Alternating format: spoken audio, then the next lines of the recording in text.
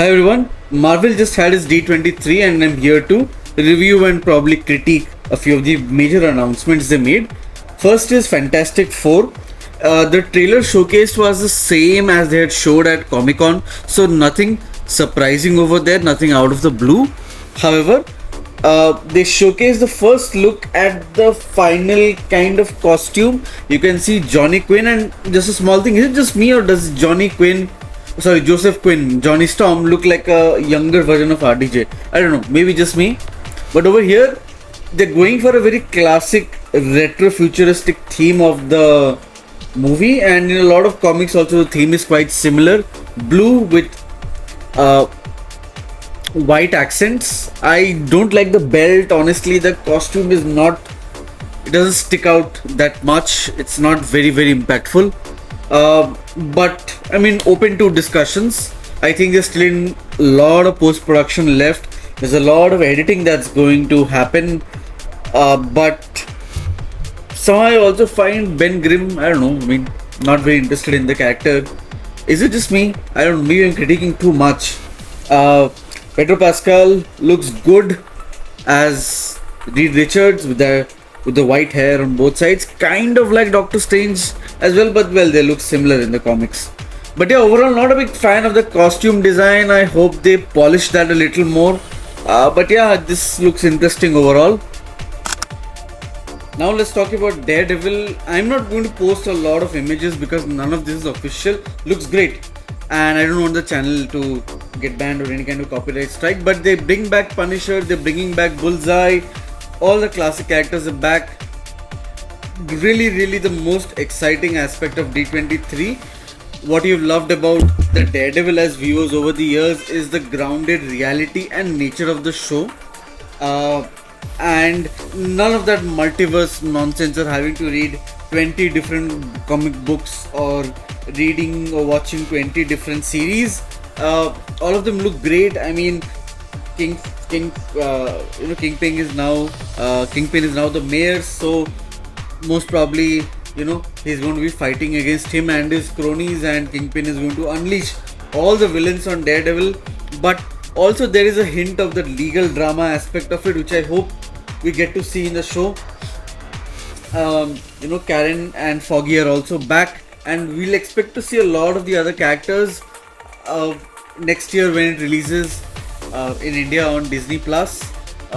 And overall, the action scenes, we didn't get to see a lot of it. Again, none of these pictures are available online officially. Hope Marvel does release it, then you can talk about it a little more in depth. But overall, I did not get to see a lot of the action scenes or him fighting a lot of some newer villains.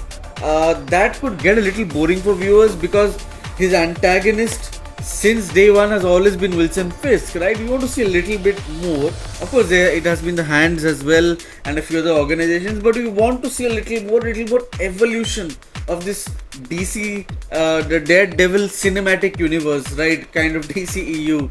तो वो थोड़ा दिखेगा तो अच्छा लगेगा because there's going to be some variety to it, because we know every season it's going to be the same dispute between Daredevil and Kingpin, and for the audiences it can get a little tiring. Probably we will also look at another hallway fight, which is going to be the hallmark action scene of Daredevil. So let's hope to watch the full trailer sometime soon. Thank you. They also showcased RedHulk from Captain America Brave New World, and over here Harrison Ford apparently transforms into RedHulk while he's giving a speech. I don't know how that's going to work out in the movie dynamics when people know that the president of the most powerful country in the world also has a superhero alter ego. That's definitely going to be quite weird and quite awkward. But I mean, again, over here also there's a lot of post-production, editing and animation and finessing of the details that's left to be done.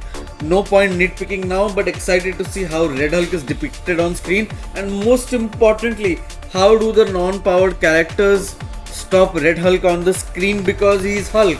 You need another Hulk to stop him, and Anthony Mackie has already given out spoilers of who's going to be in the movie, but still pretty interesting to see how the world will react to this.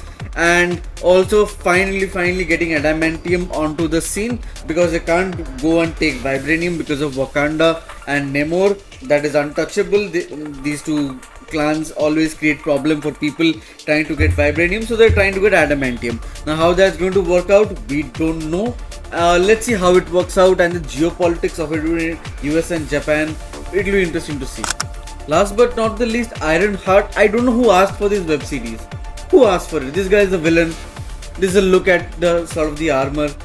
No one wants this web series. I don't know where Marvel does its audience surveys. Does it even survey the audience? Do they understand what the consumers want? You just got RDJ back and you're going to introduce him on screen in Fantastic Four. And you had this big sign off in Iron Man. You brought this lady up in the last Black Panther movie. I have no problems with the actresses. My entire thing is, I'm so confused about the concept of this show. There is no demand for it, right? There's literally no one getting excited talking about it. The common audiences won't even care about it. Another Iron Man knockoff. Marvel is just not able to get rid of its hangover of its Iron Man character. What is up with Marvel? Like, you check out any of the videos that the other creators are making, there's hardly much mention of Ironheart. They will mention because it was part of D23, but that bond, that connection with the character hardly exists. At this point, Marvel should just go the bad girl way and cancel this show entirely, take a tax benefit and not air this show at all. Or even if they air this show, get ready for bad ratings or at least low visibility, because nobody's going to watch this show. There is no background, there is no character. Ironheart may be in the comics very popular, but in pop culture, on TV or film screen, people don't know her. She's not part of the mainstream and she's not going to appear as well in the other web series or films before this show comes out late in 2025. I don't know what the Marvel executives are thinking, but I don't think they're thinking right. They're still making the same mistakes by giving us irrelevant and a ton of other web series and shows.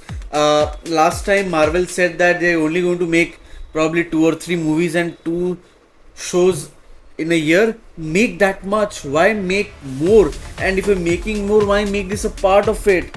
This does not need a full web series. Maybe you can do like a Werewolf by Night, a limited edition short, 1.5 hour maximum, and there you end it. If you are ultimately so late into the production, and Ryan Coogler is making it, he's top notch Marvel director, Marvel won't want to piss him. So that's the only saving grace about this of Ryan Coogler. Otherwise there is no emotional connection with this character. There is absolutely no relevance of this character in the MCU for the audiences, and I believe it's going to be one of the least watched shows ever produced by Marvel. Very strong opinion coming over there, I do realize, but those are just my thoughts. Lastly, Marvel just also announced another trailer by Agatha. We're going to talk about that later in a separate video, but again, absolutely no relevance, no emotional connection. I felt nothing watching the trailer, absolutely nothing. The sets look very bad. What is this suddenly? Which universe that's coming in to Marvel? Sure, there is Doctor Strange, the magical elements are there, and Wanda Maximoff as well, we see. But suddenly to see these all witches coming into this, it just feels so weird. It just feels so disjointed, disconcerted, and disappointing. There is no audience appetite for this much of content, but it's coming out in September, so we will definitely talk about it from a critical POV, not reviews.